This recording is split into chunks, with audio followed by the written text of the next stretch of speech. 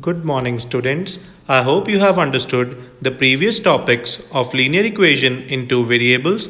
In our today's class, we will discuss exercise 3.6, question number 1. Dear students, the learning outcomes of our today's class, that is, at the end of this video, you will be able to reduce the linear equation in two variables into its standard form, and you also be able to solve the problems based on pair of linear equation in two variables by elimination or substitution method. So let us start with exercise 3.6. Now first question, first part is 1 by 2x plus 1 by 3y equals to 2, and second equation is 1 by 3x plus 1 by 2y equals to 13 by 6. अब clearly बेटा आप देख सकते हो यहाँ पे जो variables हैं वो डिनोमिनेटर में हैं और जो हमारी इक्वेशंस हैं वो स्टैंडर्ड फॉर्म में नहीं। तो हमारा लर्निंग आउटकम आज का क्या था? फर्स्टली हम क्या करेंगे इन इक्वेशन को? यस, इनको रिड्यूस करेंगे हम स्टैंडर्ड फॉर्म में। तो वो कैसे? आप देख सकते हो 1 बाई एक्स और 1 बाई एक्स दोनों में कॉमन है यहाँ पे। If I substitute like I put 1 by x equals to let's say some another variable, let's say p, and 1 by y, ये 1 बाय y जो है इसको हम कर लेते हैं q। तो मेरी जो फर्स्ट और सेकेंड इक्वेशंस हैं वो किस में रिड्यूस हो जाएंगी? 1 बाई एक्स की जगह p, तो इक्वेशन बन जाएगी p बाई 2। 1 बाई वाई की जगह q, तो दूसरी इक्वेशन बन जाएगी q by 3 equals to 2 as it is. Similarly 1 by x की जगह p और 3 as it is, it will be p by 3 plus 1 by 2 साथ में q आ जाएगा। 1 बाई वाई की जगह q पुट कर रहे हैं इक्वल्स टू 13 बाई 6। अब आप देख सकते हो कि जो दो वेरिएबल्स आपने लेट किए p एंड q वो मेरे न्यूमरेटर में आ गए। अब इन दोनों इक्वेशन का मेरे को एलसीएम लेके इनको स्टैंडर्ड फॉर्म में रिड्यूस करना है। तो फर्स्टली फर्स्ट इक्वेशन को मैं सॉल्व करूंगा। 3 और 2 का LCM 6, 3p plus 2q equals to 2, और फिर क्रॉस मल्टीप्लाई, तो ये क्या बन जाएगी? 3p plus 2q equals to 12। Name this equation as equation number 1। Similarly second equation को जब आप रिड्यूस करोगे, अगेन 3 और 2 का LCM 6, it will be 2p plus 3q equals to 13 by 6। अब 6 और 6 एज इट इज कैंसल, तो इक्वेशन क्या बन गई? 2p plus 3q equals to 13। This equation is your number 2 equation. अब मुझे इक्वेशन 1 और इक्वेशन 2 को सॉल्व करना है for 1 and for p and q।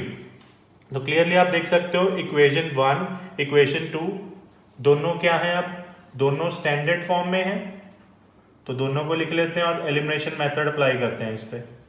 तो एलिमिनेशन मेथड के लिए फर्स्ट स्टेप हमारा क्या होता है? कोफिशिएंट सेम बनाने, तो multiply this equation by 2 and this by 3।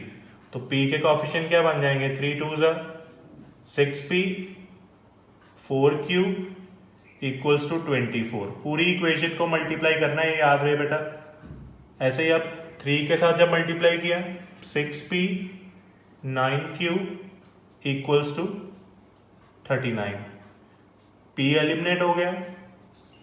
Now 4 minus 9 is minus 5, q as it is, minus 39 plus 24 is minus 15, minus minus plus, q की वैल्यू आ गई 15 बाई 5 दैट इज 3। अब इसको फर्स्ट इक्वेशन में put कर दो to get the value of p। तो p की वैल्यू क्या आ जाएगी मेरे पास? 3p plus 2 into q that is 2 into 3 equals to 12। तो 3p plus 6 equals to 12, 3p is equals to 12 minus 6, तो p comes out to be 12 by 6, 12 minus 6 by 3 which is 6 by 3, तो ultimately 2। तो p की value 2 और q की value आपके पास आ गई 3। लेकिन क्वेश्चन बेटा स्टार्टिंग किस वेरिएबल्स में था? x एंड y में। तो अल्टीमेटली मेरे को x और y की वैल्यू भी निकालनी है। तो जो आपने स्टार्टिंग में सब्स्टिट्यूशन की थी उसमें p और q की वैल्यू फिल कर दो। तो दैट मीन्स जब आपने वैल्यू पुट की p और q की, तो मेरे पास इक्वेशन आ गई 1 by x equals to 2 and 1 by y equals to 3। तो इसको क्रॉस मल्टीप्लाई करो, x की वैल्यू क्या आ जाएगी 1/2 एंड सिमिलरली y की वैल्यू क्या आ जाएगी मेरे पास 1/3। तो x is 1/2 and y equal to 1/3 will be your answer. Now let us consider another example, that is इसी क्वेश्चन का फिफ्थ पार्ट देखो बेटा। क्वेश्चन क्या है 7x minus 2y whole divided by xy equals to 5 and 8x plus 7y whole divided by xy equals to 15. Again these two equations are not in standard form. तो again यहाँ पे हमारा आज का आउटकम अप्लाई होगा। First हम इसको reduce करेंगे स्टैंडर्ड फॉर्म में, आफ्टरवर्ड्स उसको सॉल्व करेंगे इक्वेशंस को। तो दोनों के नीचे एक्स वाई है तो इसको हम ऐसे भी लिख सकते हैं 7x upon x y minus 2y upon x y equals to 5 and similarly equation 2 को लिख सकता हूं मैं 8x upon x y plus 7y upon x y equals to 15। अब देख सकते हो यहाँ पे x और x कैंसिल हो रहा है, सिमिलरली y और y and same in this case x and x y and y। तो जो इक्वेशन 1 और इक्वेशन 2 मेरे पास अब क्या रिड्यूस हो गई 7 upon y minus 2 upon x equals to 5 and second is 8/y plus 7 upon x equals to 15। अब आप देख सकते हो इन दोनों इक्वेशन में वेरिएबल्स फिर से डिनोमिनेटर में हैं, लेकिन आप देख सकते हो दोनों के फर्स्ट कोएफिशिएंट जो हैं 1/y और इस तरफ 1/x फिक्स हैं। तो again I can substitute put 1/y equals to some variable let's say capital A and 1/x equals to capital B। तो ये दो इक्वेशंस को अब मैं रीराइट करूंगा, ये क्या बन जाएंगी 7a minus 2b equals to 5 and second equation will be 8a plus 7b equals to 15। अब ये दोनों इक्वेशन 1 एंड 2 क्या हो गई मेरी स्टैंडर्ड फॉर्म में आ गई। देख सकते हो आप वेरिएबल जो है वो न्यूमरेटर में आ गए। अब इन दोनों को मुझे सॉल्व करना है by any method, you can apply substitution और एलिमिनेशन। तो I am doing it with elimination method. तो कोएफिशिएंट मुझे सेम बनाने हैं a के, मल्टीप्लाई फर्स्ट इक्वेशन को 8 के साथ, दूसरे को 7। तो after multiplying will get 56a minus 16b is equals to 40 और फिर जब 7 के साथ दूसरी इक्वेशन को किया 56a 7 7s are 49 then 7 into 15 105।